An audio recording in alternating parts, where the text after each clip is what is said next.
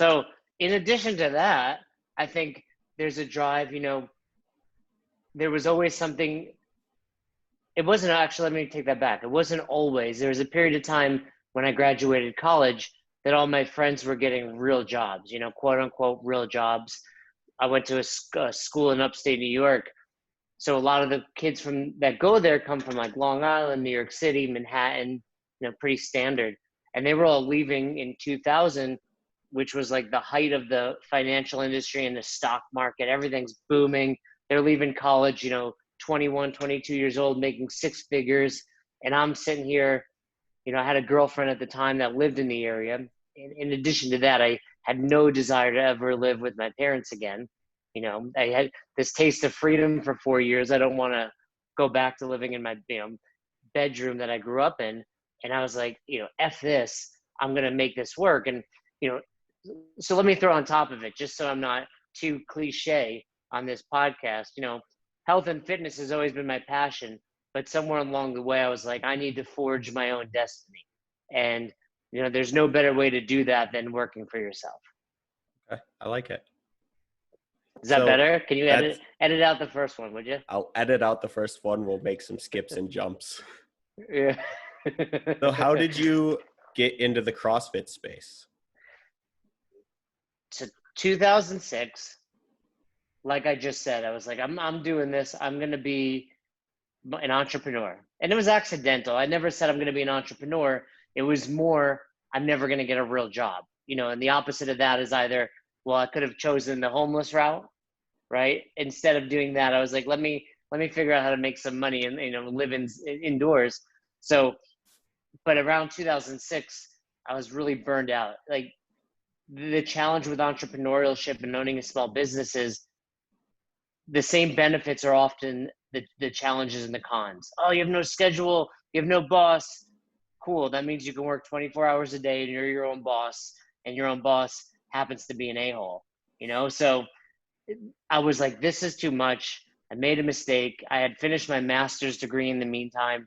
I was like, I'm going to get a real job. I put in a good effort, and I was applying at schools. I was putting in my resume, to be a school psychologist. And I remember I was training jujitsu. The evolution after wrestling for a lot of people becomes jujitsu or MMA, because you can only go so many places in wrestling. I'm doing jujitsu, and my good buddy Chad, we finish up practice on a Saturday afternoon. Typically jujitsu communities, you hang out, you kind of BS, just like CrossFit. You have your community there, and he pulls out this magazine out of his bag, and he's like, "Hey Jay, have you heard of this?" And he shows me the magazine. It was Muscle and Fitness, and on the cover was this guy Chuck Liddell. Anyone that followed MMA in in its infancy heard of Chuck Liddell. Mohawk, tattoos on his head. And in the article about him, he talks about using CrossFit. He trained at a place called the Cross Pit, owned by John Ackerman out in San Luis Obispo, California. And I was like, oh no, I've never heard of this. Let me check it out. So I read the article there at the gym, and then I go home, and probably much like you and a lot of the listeners, when they find CrossFit, they Google CrossFit. In this day and age, you Google CrossFit, you're going to find, the games and Matt Frazier and Tia. But back then, the only thing you'd find is this really old, outdated, poorly run website. And once I found that, it was just, okay, this is what I do now. This is me now. This is who I am, almost immediately. That's awesome.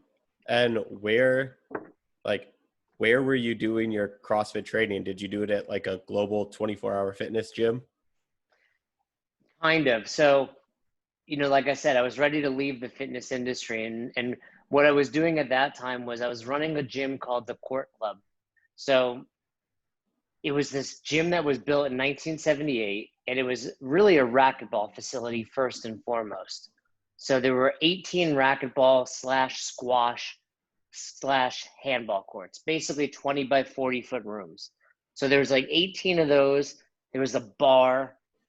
There was imagine like a 1970s men's locker room with a hot tub, sauna, and a bunch of old dudes walking around naked, just not caring about the fact that their balls were out, floating in there in the air.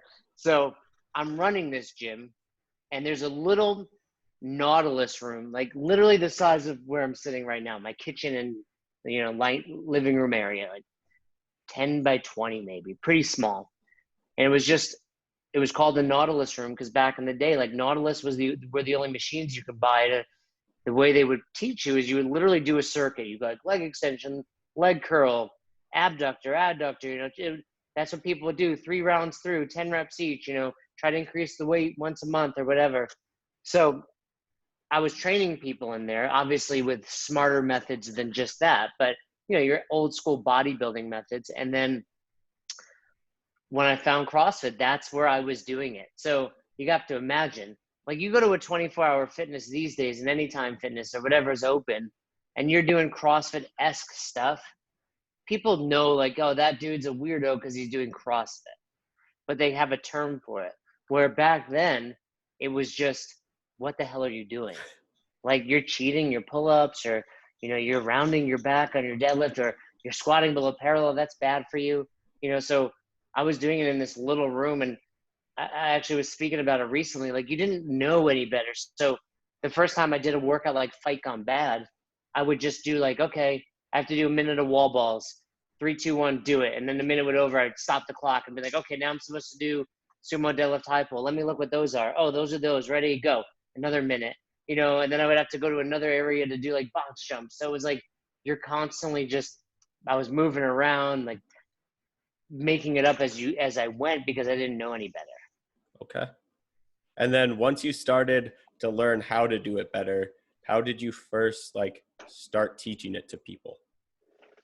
So in that same room, I had all my clients, and I slowly incorporated it with the ones that I deemed were, fit enough and, ready for it, which were typically my younger male clients. I got a bunch of high school, college age, dudes that I was training. And, again, it was like personal training. So I'm filling in an hour with them. So it was just like 7 CrossFit workouts in a row.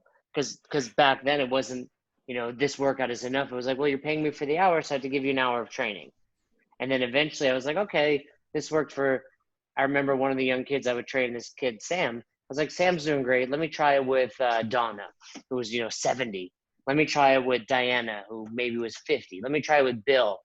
So, I'm trying it with all these different people, and they're loving it. And then at that point, having researched more and learning more about CrossFit and getting further into it, I was like, wait a second. I can do this all at once, get paid more, and work less.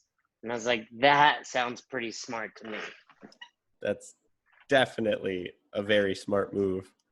Yeah. Hey, more money, less hours. Sign me up for that. Perfect. So after you started doing that, did you start running classes at that facility, or did you end up just moving into somewhere else? No. So one of my clients that I was doing this with, his name is Barry. He was a real estate agent for businesses. Like he would find buildings and whatnot. I said, Barry, he was into this CrossFit thing. I was like, I think I want to do this. Like, I think I want to make my own space. Can you help me find a spot? And he was like, I don't think that's a good idea. And I was like, what do you mean? This is your job. Like, you need to find me a spot. And he was like, no. He was like, here's what I want you to do. I want you to go to the owner of this building. His name was Shai. And he said, I want you to ask Shai if you can rent one of these courts. This was 2007 now. So you have to understand, the court club was built in 1978. And in the 70s, racquetball was tremendously popular, huge. Like, it was the go-to sport, easy to pick up. Like, you need a little bouncy ball and a little racket. You can play it, so people were doing it for exercise. The 70s was when people really started to understand, hey, I need to move my body. I need to get my heart rate up. It helps me stay healthy. But by 2007, it was dead. There were many days the lights never came on in the courts, and then the days they did, they were often filled with old men who were slowly dying off. So Barry was like, look, these courts are getting, less and less populated. They're going to get less as time goes on because these old men are dying. No one's coming in here to learn how to play racquetball or handball or squash. Go rent one of those courts. And I said, that's a good idea. And that's what I did. I approached Shy. I said, hey, can I rent one? We, quickly negotiated. I think I paid $850. No Okay. contract, just a handshake. And that was it. I was off to the races. I slowly, like I said earlier, instead of training people one-on-one, I would find kind of groups of the people I would train, maybe the women that I would train at 9 a.m. on, Monday, Wednesday, and Friday. I would say, hey, I would combine them with the women that would train on Tuesday, Thursday, maybe the 10 o'clock. I'd like, hey, we're all going to meet at 9 o'clock every day. And you're going to pay $100 a month rather than $40 an hour. So you're actually spending less, but you get to see me more. The only difference is you're going to have a few people working out with you. And, that was it. I started with probably 3 or 4 classes a day. And then slowly that just, it escalated quickly, as Ron Burgundy would say. Okay. And then once it's kept escalating, and how long did it take you to grow out of the racquetball court and into having to find your own space? Well, Dano, you didn't do your research, did you? No, I wanted you to answer all the questions. So there's a two-parter to that. For one, Albany CrossFit still exists in the racquetball courts. Maybe Okay. we'll talk about that later, but I never left. I just expanded. So Okay. in September of 2007, I opened 1 court. A year later, 2 courts. About a year later, I was at 3. And then at some point, I just did a massive extension and I went to 5 courts. I was knocking down walls. And, if people are listening and they want to see, if they Google Albany CrossFit, you can see kind of the images of what it looks like now. There's 2 spaces. There's one space that was 3 courts, and there's one space that was 2, because there's like a hallway in between racquetball courts. So there's like 2 big spaces, but you have to remember back in the day, those were, individual racquetball courts, but now there are no walls. So it's like one giant open space. Okay. I like it. Like at the health club I used to work at, where I started CrossFit, it was in a hospital, and in the basement there was a racquetball court. So we could see the people and the doctors playing racquetball while we were like lifting. And then once they started outgrowing the fitness center upstairs, there was a few times where we'd have to hold classes down in the racquetball court. Like I was like, oh, this is cool. Like there's so much more room. Yeah, and it was like that. So I worked at a gym when I was a kid that was similar, where the racquetball courts were more like down some stairs, but this was like the main level, but there was like a walkway so you can look into all the courts, and see it. And like you said, though, like you're in the courts, and especially that one, I'm sure if it was like these, there's like a very small door, Yes. so you had to like walk, and that's what we had, like a little tiny door. So when we were taking remember like the old portable squat racks that people would Yeah. use, like you're like, you had to like maneuver it out to get out the door. Then that was part of why I was like, okay, I need to expand. This needs to be easier. I need to be able to, get in and out. We're having 10, 12 people per class. This isn't safe. If anything should happen, to have to get them out of this court. So there was, lots of reasons that it was time to expand there. Okay. And then now, after the expansion happened, and now that CrossFit Albany is still there, right? Where did you go after this? So Albany What was the CrossFit, next step in your journey? in 2011, I opened my second affiliate. Okay. So Albany CrossFit, obviously, in Albany County is pretty big. My second affiliate was about 20 miles north in a little area called Clifton Park, but just another about 20 minutes up the Northway, in New York State. And Clifton Park CrossFit, or CrossFit Clifton Park, that was the first time I had to rent my own space, and that was huge. We rented a like 4,000 square foot big open space that used to be a Taekwondo studio, and that was my second spot, which was a lot different than starting in a 800 square foot spot like a racquetball court. Okay. And is that one still going on today too, or is just the Albany CrossFit that you used to have still going on? So Albany CrossFit was bought, sold by the owner of the gym. That same Okay. guy, Shy, that I mentioned, he bought it. Clifton Park, I had done with one of my coaches. He was my partner at the time, and I sold my percentage to him around 2014. And actually, he just recently shut the doors because of the quarantine. Okay. Yeah. So it had remained open all these years later, but he had to shut it down just because, times were tough with the quarantine and everything going on. Yeah, that's exactly what happened to the gym I've been at for the last year. The owner just shut it down in at the end of April.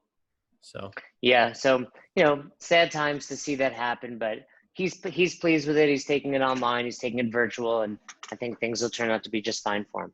awesome. Awesome. And during this time, how did you get hooked up with coaching on the seminar staff? In 2007, I go take my level 1 in October. So I opened my affiliate in September, and I opened I went and took my level 1 in October, and there weren't all these options like there are today. You took your level 1 in Minnesota, and there Yep. was probably like 10 other seminars that weekend that you could have picked. Back then there was one a weekend, and they weren't coming to the tri-state area or New York. The closest ones were like Pittsburgh and Toronto. So I hopped in a car, drove like 8 hours to Toronto. I took my level 1, and as soon as I walked in, I was like, okay, I want to do this. Like, I want to own my box, but I want to be doing this stuff. I want to be teaching these things. I want to be a part of the seminar staff. And uh, there wasn't really a direct course of action to get there back then. It was more like, all right, thanks for coming. You got your level 1, or it wasn't even a level 1. You got your CrossFit certificate, and I just kept following up. Like, what do I have to do? What do I have to do? And, the answers were changing and evolving because they didn't know. Back then it was like Coach Glassman, Nicole Carroll, Dave Castro, and a handful of other selected people that would be there. But I was like, Nicole, what do I have to do? Okay, take these specialty courses. So I took them all. I took every specialty course. I was like, what now? And then it became like there was this intern process and all these other, things you had to go through. So I slowly went through all of that, and really it was just a matter of, okay, I'm resigning. I'm doing this. I will continue to do whatever it takes, and until you guys tell me I'm hired. And then finally, I think they just got sick of me coming up. So I was like, you're hired, Jay. That's awesome. That's awesome. And then how long did it take you to get your level 4? Because I know a lot of people out there are still trying to get it. Like, I just did my level 2, and now thankfully the level 3 is all online. So I don't have to go anywhere for that until I take the test. But Right. So again, being that I started CrossFit so early, things were a lot different back then. Like I said, I went to my first CrossFit seminar, and really there wasn't a level 1. It was just like, okay, this is it. Like, show up now. You have your certificate. I still have it, like hand signed by Coach Glassman. And then they decided to do a level 2 in 2008. And I went to the very first one that they offered in Santa Cruz, California, in the old HQ. Like, if you go back and watch some of those old videos, that looks kind of like a glorified garage. It was like a little upstairs loft. That's where I did my level 2 in Santa Cruz. And they actually got rid of it because no one was passing. But I happened to pass. So, you show up, and very similar to the level 2 you probably just took. There was some lectures, there was some practice, and then you were teaching people. But I was teaching the other people trying to get their level 2. A few famous names that you might have heard of: Chris Spieler, he was at the same level 2 as me. A guy named Brian Contosh, who goes by Tosh, he was there. So, you're teaching these people, and you're being evaluated by the likes of Glassman, Nicole Carroll, Pat Sherwood, Dave Castro, Andy Stumpf. And like I said, no one's passing. The way they did it was you teach, and around maybe 3 or 4 o'clock Sunday, towards the end of the day, one by one, they start calling you upstairs and giving you your feedback, which is basically, hey, you passed or failed, and here's why. And I wasn't the first one. I don't know the order they were going on, but I would see these people that had just worked with me all weekend come down the stairs crying. And that's not very exciting to be waiting your turn. So finally they call me up the stairs and they're like, the famous Pat Sherwood question is, how do you think you did? And I was like, well, until I saw everybody come down these stairs crying, I thought I did pretty well. But, and they were like, well, he goes, well, you passed. And I was like, sweet, and he was like, but not by much. And then they gave me a bunch of feedback, but I got my level 2. And at the time, that was the highest credential you can get. When they offered the level 3 in around 2013 or 14, when I passed that, I was grandfathered into my level 4. Okay. So the old level 2 became the level 4. So that's a long way of saying, I actually kind of got it in 2008, but not officially until, 2014 or so when I passed my level 3. Okay. So nowadays, you go in and you pass your level 3, the level 4 is a new certification where you're actually going to go somewhere, you're going to coach some classes, you're going to coach your peers, and then get evaluated, much like I did. But you have to take that course separately. Awesome. And they talked a lot about it at the end of our level 2 because someone asked the question, hey, what should I do to get ready for this? And they're like, coach a lot and then take other people's classes so how to do things differently than just what you do. Absolutely. I mean, just like you probably experienced at your level 2, you're never good enough. There's always going to be feedback. You can always be better and you can always be learning. And the level 4 is going to be whatever you thought of the level 2, the level 4 is going to be exponentially harder. Yeah, So, I absolutely love the level 2. Nobody has given me a critique in my coaching since I left Mankato and moved to the Twin Cities, or they might have critiqued it but just never told me. So I showed up and I was like, hey, Pablo, first off, we have mutual friends. Second off, tell me what I'm doing wrong, because I have no idea what I'm doing wrong the last 2 years. well, that's a very good and great, winner's mindset. And not most people do not show up that way, Dano. Most people show up there thinking they're, the best of the best because they're the box owner or they're their head coach, and they're not very receptive to feedback. So, good on you for showing up and wanting that feedback. It's hard, we do this like we talked about because we have a passion for it and we think we're great, but there's always room to be better. No different than, when Pat and Nicole told me, hey, you passed, but barely. You need to get better. Yeah. The Pablo was the main coach that I had all weekend. And when we had to teach the other 5 people, on Sunday afternoon, he's like, you're going to do the push jerk. And I was like, in the back of my head, I was like, don't fall over while demoing. And well, I did it, got done. And then one of the people in my group was like, Pablo, so if he's coaching this, or if I'm coaching a movement and I can't do the movement, should I pull someone in? And I afterwards was like, Pablo, was I absolutely that bad at showing what a push jerk was? And he was like, what no, did he you say? didn't. He's like, it was okay. You didn't fall over. And I was like, all right. Hey, I know people in wheelchairs teaching the push jerk. So yeah, it's all up to you. Yeah. So his biggest critique was that I just needed to spend time watching the dynamic movements in slow motion, and which is exactly what I needed to do after the weekend. I was like, oh, hey, I missed that and I missed that.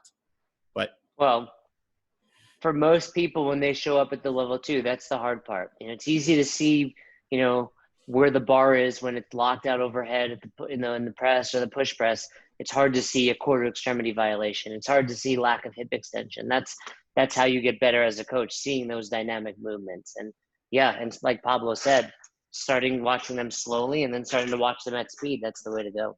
Yeah, it definitely helped when I took the test too, because the online level 2 was honestly pretty difficult. And I was like, oh, hey, I'm going to go watch this in slow motion and then come back to it. Did you take the one that you take at home, or did you take it on the iPad at the seminar? The one that I take at home. Oh, cool. Yeah, that's the new one. So yeah, now when you go to your level 2, the day ends, 5 o'clock, and I believe you have a month before you have to take the test, but you take it at your own pace at home. Yeah, it was super nice. Like I didn't have to stress about it. I took like one section at a time. Like once I Surprised I passed, didn't get some texts asking for the answers. no, I thought about texting Pablo first. Good Pablo, idea. don't tell Jason I'm asking you. Good idea. So then after all of this is going on, like we met in St. Paul in 2015. So by then you had owned affiliates, you were owning CrossFit Soul Shine at this point, because that's where I found you online afterwards. Well, when What you stalked me, yeah. Yes, when I heavily stalked you. What when did you decide to open another one and name it Soul Shine? Because I seriously thought the artwork and everything was super cool. Well, thank you. But You're so like I welcome. said, I sold Albany CrossFit, I sold Clifton Park like right around the same time, just by happenstance. And I think for a lot of box owners, especially that were around as long as I was, you realize you get tired, you get burned out. Anybody that owns their own business can attest to that. And it was kind of a little bit of a sense of relief. I had sold these two gyms, kind of had to figure out the next evolution. But like we said earlier, like this was still just in my blood. I love training myself. I love training others. And I was like, okay, now I need to, figure out how do I make money now? Going back to the whole entrepreneurship. It wasn't, we'll get a real job. It was like, okay, now what do I do? So I fell back on what I knew best, owning an affiliate. If imagine the New York State, upstate New York, Albany, about 20 minutes north of that is Clifton Park. Another 20 minutes north is a town called Saratoga, really well known for its horse track. Like 6 weeks out of the year, the richest of the rich come in and they bet on horses and all that kind of stuff. So, but there was no gym there. There was no CrossFit. And I was like, well, that sounds like, and in addition to that, let me throw on that I had non-competes. So I had a radius in which I couldn't open anyway near Albany and Clifton Park because of the sales. And this was outside of that kind of jurisdiction. So I was like, let me do this. I opened up with one of my old coaches, 50-50. I was like, his name was Dave. And I was like, look, Dave, I want to do this. I don't want to be the guy at this box. Like I'll come in 2 days a week. I'm going to run the show, but I want this to be your spot. I want this to be your baby. And, we opened probably 2014, and it was great. We called it Soul Shine because Soul Shine is one of my all-time favorite songs by the Allman Brothers. Okay. And so Google that if you have not heard it. And to be quite honest, around that time it got very hard to find names of boxes, and you couldn't name it based on the town anymore. So we couldn't call it something like Saratoga CrossFit or CrossFit Saratoga. So and I love the name. I still not to get too far ahead, but that box is also closed. I sold it, which I'm sure we'll talk about when I moved, but I still own the affiliate name CrossFit Soul Shine because if I ever open one again, I really love that name. But it was great. The great thing about that box was just taking anything I learned from the first two and really opening it in just an ideal, perfect way that I would replicate again and again. Imagine like you buy a franchise like Dunkin' Donuts or whatever, and they're like, okay, here's how you open. That's what I did right for CrossFit Soul Shine. Like, here's the perfect number of barbells to get. Here's where we're going to put the TV. Here's the member processing software we're going to use. All the mistakes I made, I was able to capitalize on when we opened this, my last box. Awesome. Yeah. Like that's where I asked you if I could come intern and I could move all the way to New York from Wisconsin, because why Well, not? but what's funny about that is when I met you, I was actually, so I opened Soul Shine in must have been 2014. Now the October of 2014, Okay. and my family moved to Florida in early 2015.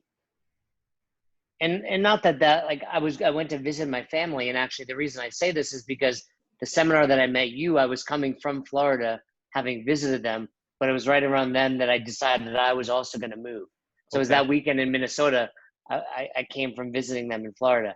So when I left Soulshine, it was things were going great, but I just wanted to relocate. I just wanted to be somewhere warm. I had spent my entire life in New York State. I was ready for, a change of scenery, a change of pace.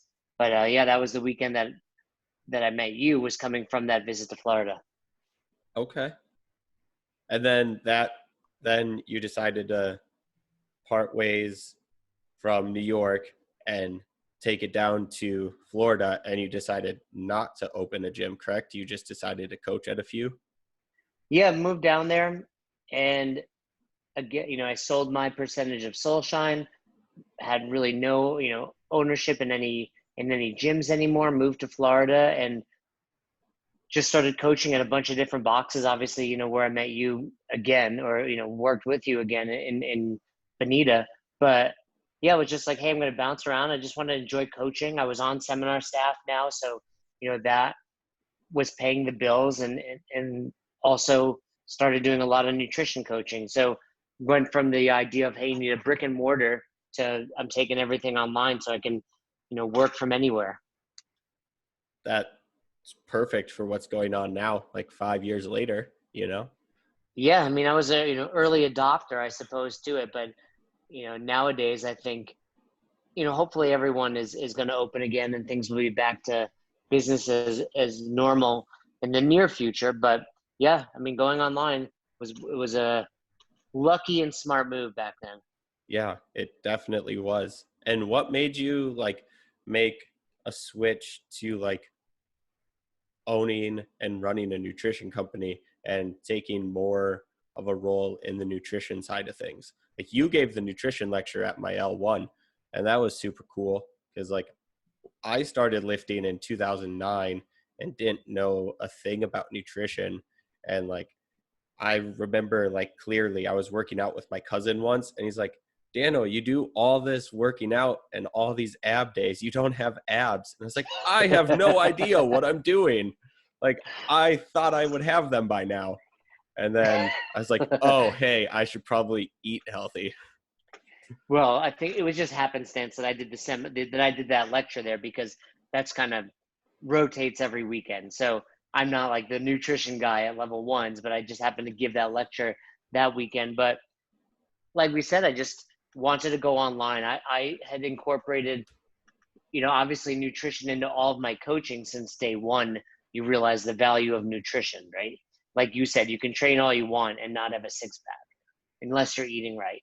So Yeah. I'd always incorporated and chatted about nutrition, and really stressed the importance of it to our members and to my clients. But when I sold the gyms, I was like, okay, what can I do virtually? And that was one thing that was easy to do.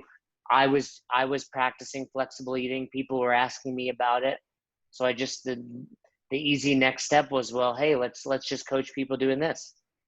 Okay. And we definitely had a donut or two down in Florida, which was absolutely delicious. Uh, Backside donuts. yeah, there was one lady the last day I was down there brought me 6 maple bacon donuts as like a parting gift. And I was like, oh, this is fantastic. Who was that? Who brought you those? I Like think Monica. it was not Monica. Um, Carol. nope. She was one of the newer members. All right. Um, but yeah, she brought me a whole like 6 donuts. I was like, I'm gonna eat these right now, and then I'm gonna fly out tomorrow morning. Hey, perfect. Perfect. Perfect. Little jet fuel.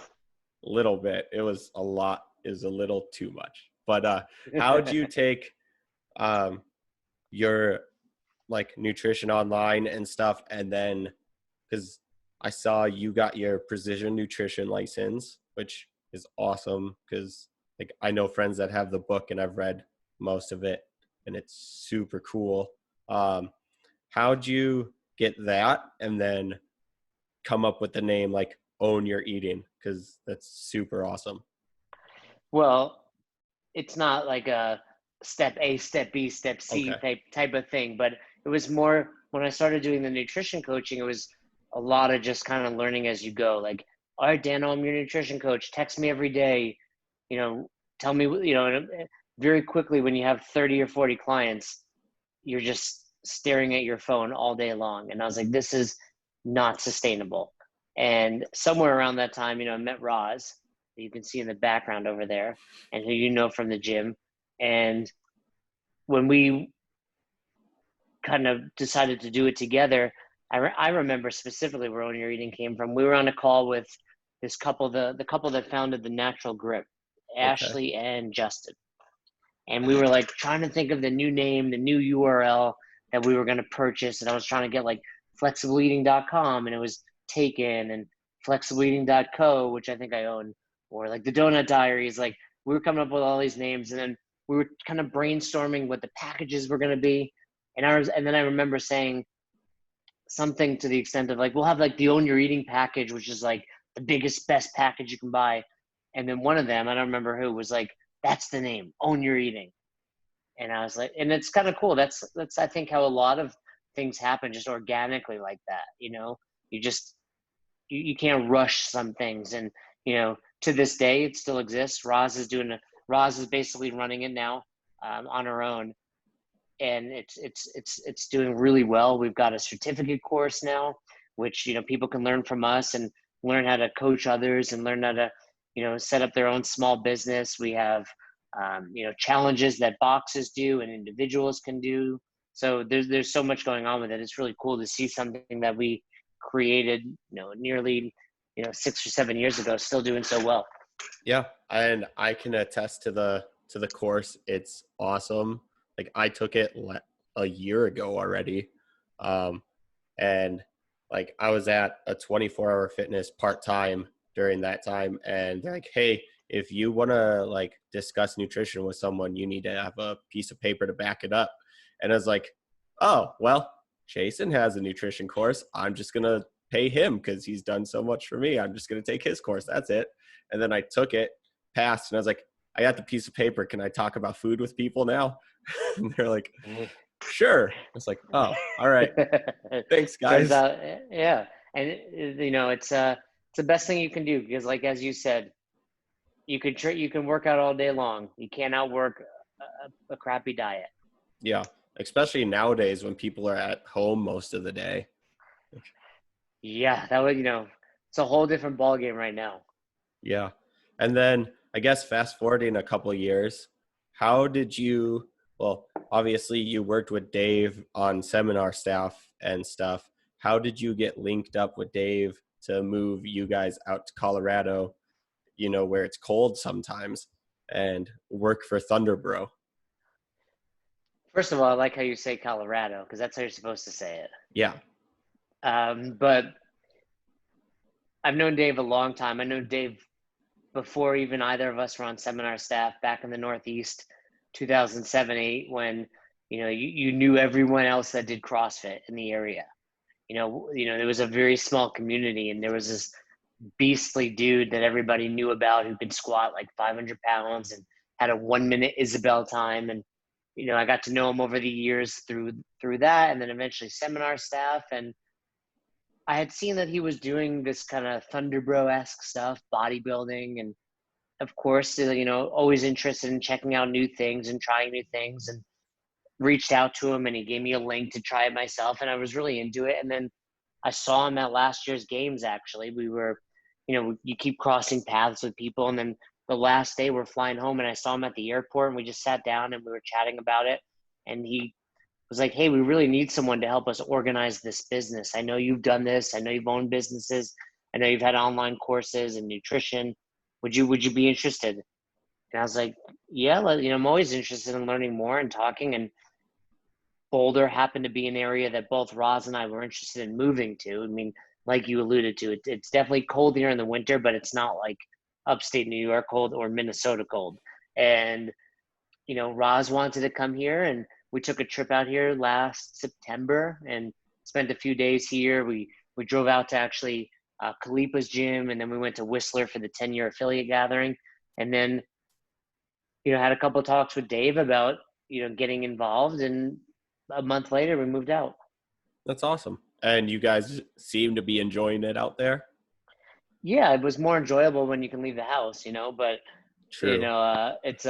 it's beautiful this time of year. Like, we both go for at least probably 5 to 10 miles of walks every day with the dogs, and just spending as much time outdoors as we can without, going, to gyms or anything. But it's a great place to live. That's awesome. And now, what are some of your guys' like future plans, like during quarantine, after quarantine, when this is all over? Anything super fun and interesting you guys are thinking of doing? Roz and I or Thunderbro? You personally, or Thunder Bro, either or. I mean, Thunderbro, we're just continuing to grow. We're growing, so many different directions. We have Thunderbro University coming, which is going to be an online course.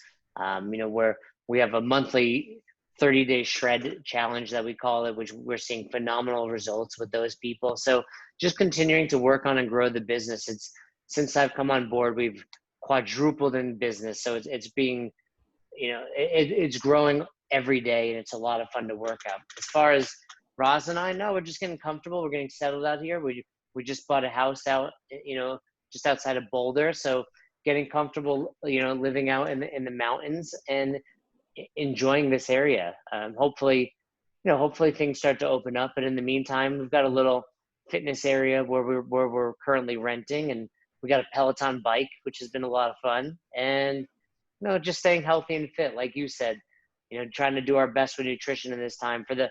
When it was, when things closed down, you're like, okay, 2 weeks, I'm going to chill out. I'm going to enjoy myself. And then you're like, oh, wait, if this continues, I'm just going to be really fat when we come out of this quarantine. And, I had to really change my mindset, change my way of thinking about things, make sure I got, back on the nutrition plan and make sure that, you focus on your health. Okay.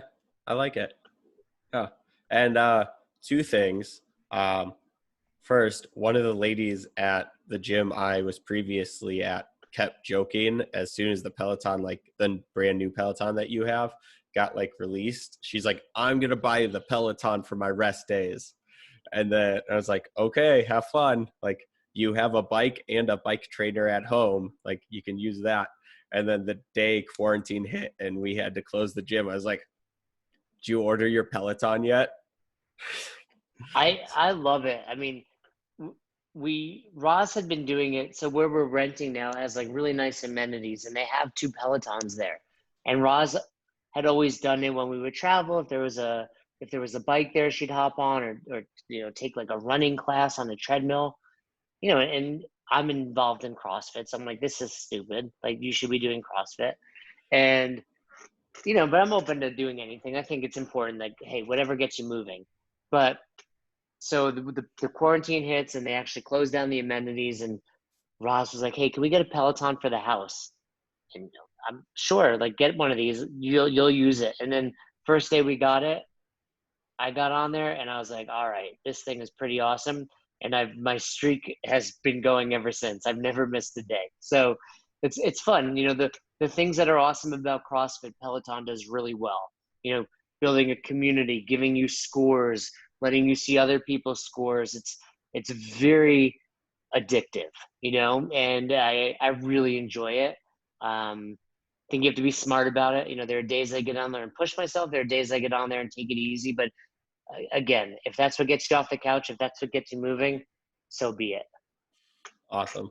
And then the second thing I was going to say or ask, what advice do you have for the people right now that are maybe struggling with staying at home and not being able to like get to the gym or get their maybe had to put a pause in their goals? What would you say to them to like help them during this time? I'd say the most important thing right now, especially for those really in quarantine or maybe lost your job and aren't leaving the house every day, is you still need to have some sort of schedule and regimen. Because I fell off mine, and I still struggle with it. But if you just sleep all day and then wake up and go to the couch, and it's not going to be good when we come out of this. So whether it's wake up at a certain time, or make sure you plug in, I'm going to do something physical at a certain time. Make sure you still create a schedule, or else 7-8 o'clock rolls around at the end of the day and you've done nothing. So I think it's okay to have some downtime. I think it's okay to pause, to chill out a little more than we typically would, but you can't just lay on your couch binge watching Ozark, all day long. No matter how good it is. You know, I haven't even finished the third season because I realized when this went down, I was like, I'm eating poorly, I'm not really training hard, and I'm watching too much Netflix. I was like, something's got to change. Luckily I've got a lunatic wife who is very organized and very regimented. Drags my butt out of bed most days. Yeah, I'm thankful. My wife still goes to work every day, so because she's an essential employee, I guess, according to the government. So like we get up same time, we take the dog out. I help her get ready for work. She leaves. I play with the dog all day and do this stuff, and then she gets home and we have our normal schedule. So Yeah, you have to. You really have to. And I would say also, like, this should be the time that you're doing something that you put off. For me, I'm doing a ton of reading, which I always like to do, but also getting back in the habit of writing more. Getting back in the habit of just really staying organized, which I kind of let myself go. And for me, being able to be on podcasts like this and recording my own podcast, this hopefully we'll never have a time like this again. yeah, But it'll be, you don't want to look back and say, oh, wow, I wish I had done this differently when you could have. yeah. I think the pause that we like most people are having right now is good for a few weeks, and then you can like reset maybe, and then like also I totally agree with diving into something that you've either been putting off or like wanting to do. Like you have all the time in the world to do those things that you've always wanted to do, right? um like I finally got to start the podcast, or like get more than one interview a month, because I was coaching 5 classes a day and doing all the like one-on-ones and stuff. So like I couldn't go anywhere to do the podcast. Now I'm at home. I get to do these super cool Zoom calls with like you and everyone else I've done one with. Um, but you brought up a great point, and you get to read more. What books would you recommend for the people to start reading or listening to? Well, of course, my book, Best Well, Hour of Their yeah, Day. your book. So It's number you can one. find that you can find that on Amazon. I mean, the books that I've really gone into during this time are books on two major topics: Stoicism and Buddhism. So if for someone that is like, oh, that's interesting to me, I would recommend checking out a book called The Daily Stoic by Ryan Holiday. It's just a daily passage that you can read. It's date related. So if you bought it today, you'd start on June 1st or whatever, and I went through it last year. I'm going through it again this year, and it's just a really good way to start your day, stay focused, and and learn a little bit, especially during this time. Stoicism is all about you know knowing what you can control and only focusing on that. And this is a time where a lot of people feel like they have no control. So it's a really good time to understand that. So I highly recommend those, as well as Ryan Holiday's other books. A couple others. All The Obstacle is the Way, Ego is the Enemy, and Stillness is Key. All very much on the same topic. And then if I were to give out another book that for me has helped as far as business goes, is a book called Essentialism by Greg McKeown. It was really good, especially when it came to like the online business or box owners, where it's like you realize, like I said earlier, if you're your own boss, you probably have a jerk for a boss that expects you to work 24 hours a day. And then this book really helped me understand, hey, what's essential? What should I be working on? Prioritize that, focus on that, get that done, and not try to get a million things done every day. Okay. Well, thank you. I like them. I read the Stoic book. Like, I know you're supposed to read it one passage a day, but like this was like 3 years ago, and my boss gave it to me. He's like, "Hey, you should read this." I was like, "Okay." And then I sat there for like 3 hours, just like read, flip page, read again, flip page. I was like, I know this isn't how it's supposed to be read, but I'm just going to read it. Hey, whatever it takes. But I like it, especially the second time I'm going through it now. Like, it really resonates. And I also have the journal that goes along with it. So you kind of read the passage, you read the thought-provoking question that he provides in the journal, and it really, helps you. It's probably been the best thing I've done in the last 2 years. Awesome. And where can people find you, Jason? Well, other than Boulder, Colorado, online, the typical places. So any, if you Google me, you know, you'll find me there. But on Instagram, I think it's the Jason Ackerman, and then everything best hour of their day related. So link me up in the podcast I notes. will. But if somebody really just is like, wait, I really want to find him, Google me with the word CrossFit, because I think if you Google Jason Ackerman, there's a really well-known tattoo artist who gets all the praise before me. So make sure you type in the word like CrossFit in there to get all my stuff. Okay. Awesome. Or Well, else they're gonna be like, oh, I didn't know Jason did tattoos also. it's like, oh, he has his tattoo parlor now too. That's amazing. I'll Yeah. take his So next seminar just to get one. yeah. So check it. I mean, you'll find me. You'll know which one's me and which one's the other guy. Awesome. Well, thank you so much for taking the time out of your day to join me for a conversation and everything. This will definitely help people. I hope so. Yeah. Let me know, Daniel. That was great. You did a great job.